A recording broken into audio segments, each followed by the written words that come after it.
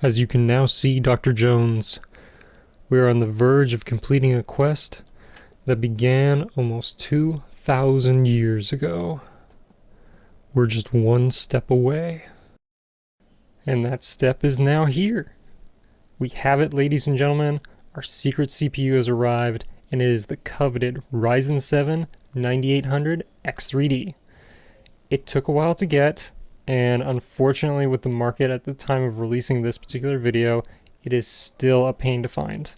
The only reason I even have one of these in my hands is because I just ended up having to sacrifice and buy a bundle set. Unfortunately, the AIO cooler won't be used in this build, but we'll take the CPU. And you're probably wondering, what are we going to pair this with? Because we didn't have a board last time. Well, I think I found the perfect board for us. ASRock makes a Phantom Gaming X870 Riptide board, and even though ASRock isn't necessarily someone that I work with usually, I'm more along the lines of MSI, I thought this is perfect. It's completely purple, and it has Phantom Gaming written right on the board. This is perfect for a Gengar build. So I cannot wait to throw our CPU in there and see what this whole thing is like when it's fired up.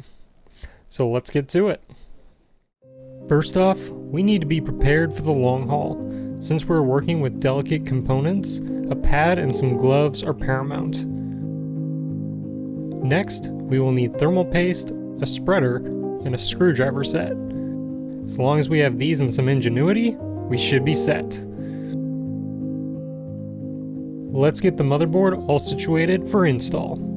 At this point, make sure that there isn't anything on your person or on the table that can create static electricity. Next, we are going to install the CPU. Press down on the locking lever to the CPU socket and open the door. Once it's open, carefully lift out your CPU from its clamshell, making sure that you don't touch the contacts. Once it's ready to drop in, pay attention to where the arrow is on your CPU. This arrow is designed to line up with your CPU socket to ensure proper installation. On the AM5 platform, there are also different sized notches that guarantee the socket to line up.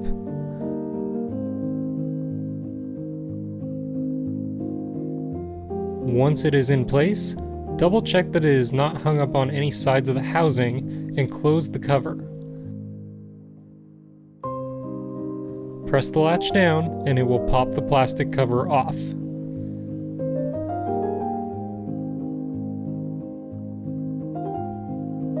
And the first step is done. It can be scary, but once the CPU is in, know that one of the hardest parts is over. Next, we are going to remove these plastic standoffs in preparation of our CPU cooler. It's just 4 screws, 2 at the top, 2 at the bottom. These plastic pieces only serve to hold on the screws and can be tossed if you don't plan on reselling the board. Once they are removed, the risers from the CPU cooler can be installed. They are these little rubber grommets that provide the proper height for mounting the CPU cooler. If you aren't sure which bag of them is which, the manufacturer usually labels which risers and hardware go with which platform. Once they are on, the brackets can be installed on top.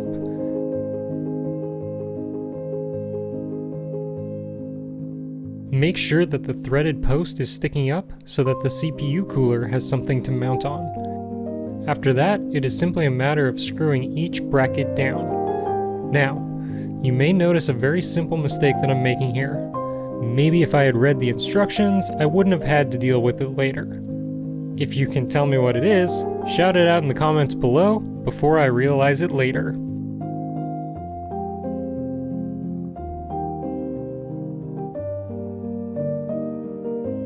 Now it's time to move on to that CPU cooler.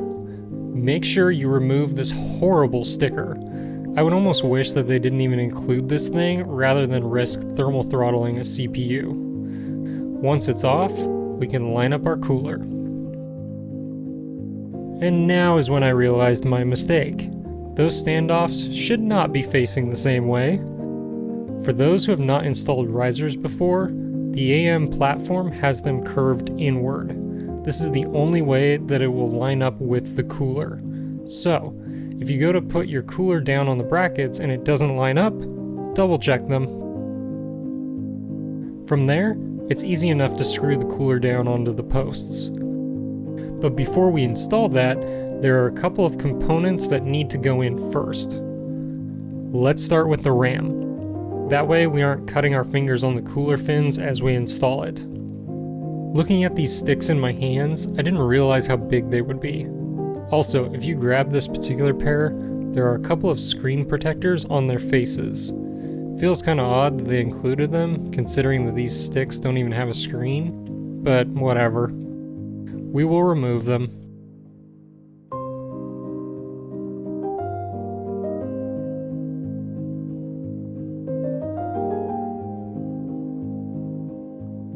The next part is where they will go. I'm going to slot them into the second and fourth slots of our motherboard. I'm not positive on the placement, but that is usually how the fastest slots are set up. So, that's what we're going with. I'm going to pop open the tabs of the second and fourth slot and just hope it's right.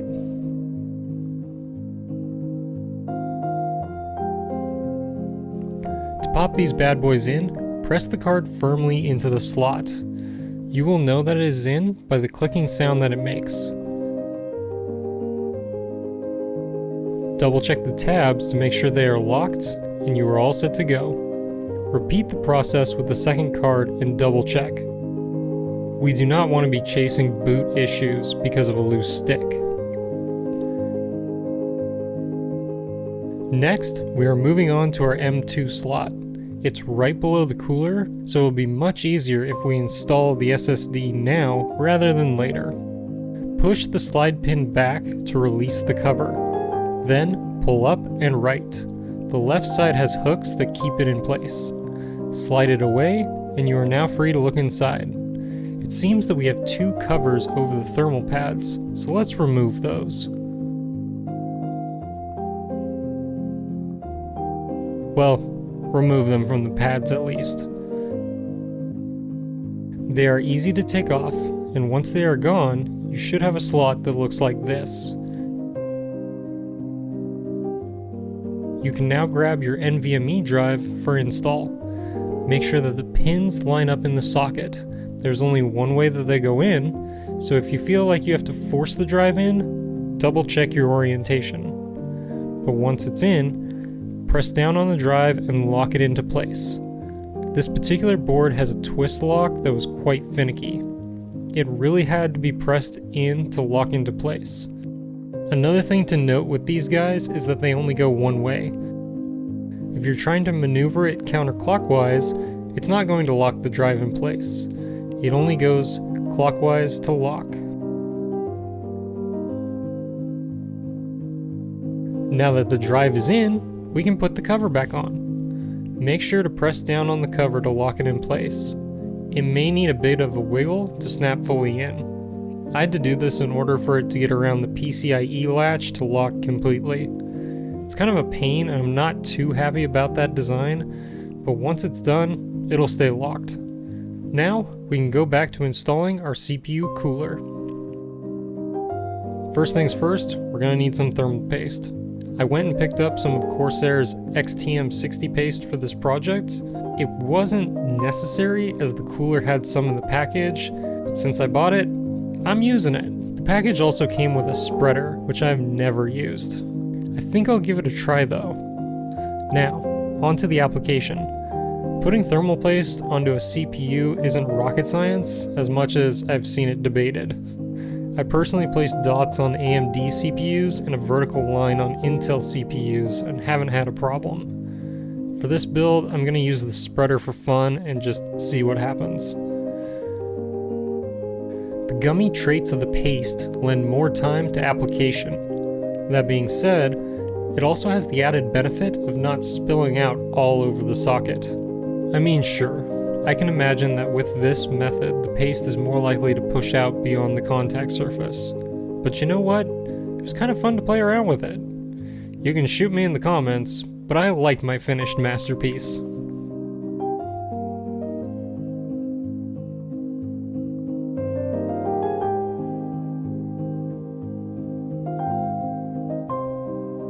Now we can install our CPU cooler.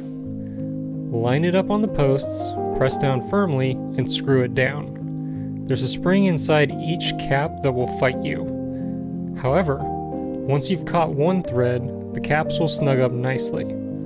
As you are tightening them down, however, treat it like the head gasket of a car. Go back and forth between the caps, tightening them down little by little so as to have the most even contact surface. It may not be as important as a car, but we don't want to miss any contact either. Then we are on to the fans. We have 2 fans included with this cooler, and we can mount them in 3 different spots. We want to make sure, however, that they are mounted in the same direction and that they are flowing to the back of our case. We don't need our cooler fans competing with our intake fans for airflow. I think we'll have 1 fan up front and 1 in the middle. It's a pretty standard setup. The one issue that we're going to run into with this, however, is the RAM. Fortunately, Thermaltake has the cutout for the fins as to not interfere with our sticks, but our RAM is still too tall and the fan is going to butt up against it. So we'll see how this goes. Once you have your fans ready, snap their brackets into the screw holes. Make sure that it is the furthest set of holes from the heatsink. Otherwise, the brackets do not catch properly and the fan will not clip into place. Pay attention as well to your plug-in and where it is going. We want to make sure that it is going up to the CPU fan socket on the board and that it isn't going to get squished by our fan. Move the fan around until you feel comfortable and snap it into place.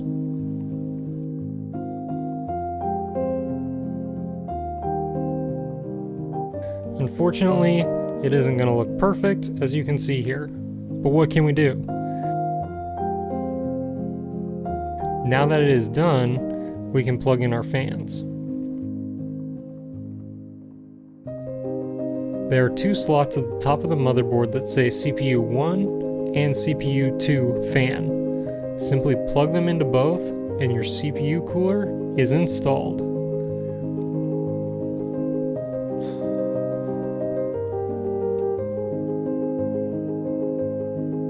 In fact, it's at this point that we are done with our board. And would you look at that?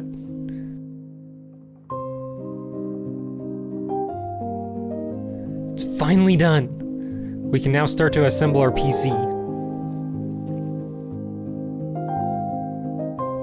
The first thing we're going to do is get our riser out of the way.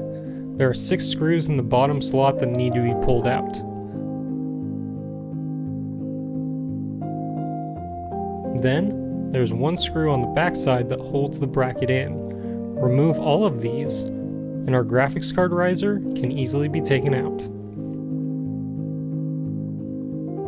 Next, we're going to put our fully assembled motherboard into our case.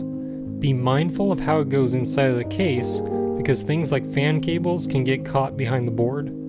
Gingerly move the board in, and shuffle components out of the way until the board lines up with the screw holes. Once it is in place, grab your screwdriver and start affixing the board to the case. At this point, this is where my fondness for the case shifted to mild irritation. You see this screw hole? Well, this is placed right above a gaping hole in the floor that swallows up all the screws. This wouldn't be so bad except for the fact that they drop into things like fans and have to be fished out from the bottom every single stinking time. Luckily, Height includes plenty of screws in their extra box and make it easy to find the motherboard bag. So at the very least, if you have to fish for a myriad of screws, this only needs to be done once.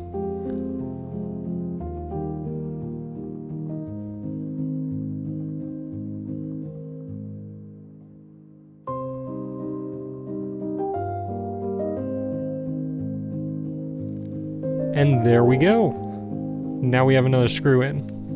I'm obviously not going to show you all of them. However, I do want to point out this one particular troublemaker. The top screw went in okay, but the bottom one did not. Just note that you may have some holes that either aren't fully drilled or screws that don't quite reach. After our screws are in, we can reinstall the top portion of our GPU riser and begin the dreaded task of cable management. Honestly, there isn't an easy way to do this section. In the beginning, I was going to list what goes where and how it all connects, but this is one of those tasks that has to be experienced versus explained.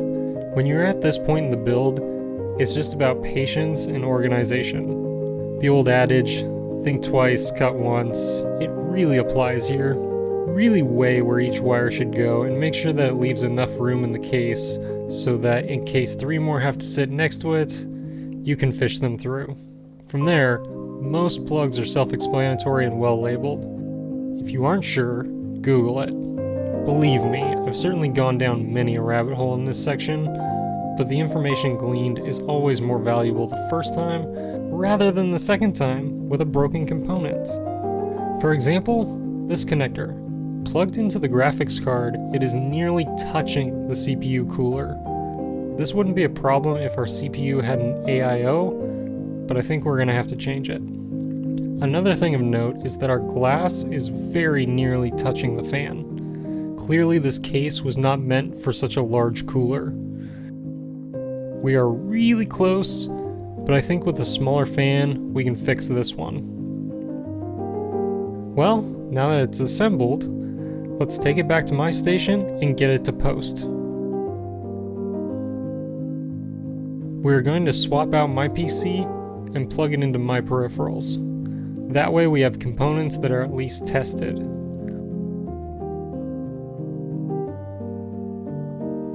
Then we are going to plug in our BIOS. There's only one slot for it, and it's usually accompanied by a flashback button or an outline directing you to it. Once it's in, it's time to fire her up. It's alive! Look at all those pretty lights. We don't have our LCD screen plugged in just yet, but it is good to see that it's working. Now we just need to hop into our BIOS. I'm going to skip over a lot here, but essentially we're going to update the BIOS from our USB stick, restart our computer for it to take effect, then install Windows. Again, this is really skimming, but we are going to quickly install Windows 10. You may be wondering why Windows 10? Personally, it's because it's what I like, and the install from what I've heard is easier. I also don't like how many people have said that Windows 11 is rather invasive when it comes to privacy and personal data. So if my buddy wants to update to Windows 11, it's an easy upgrade from there, but I'm going to leave it at Windows 10 for now. We'll just wait for it to boot back up.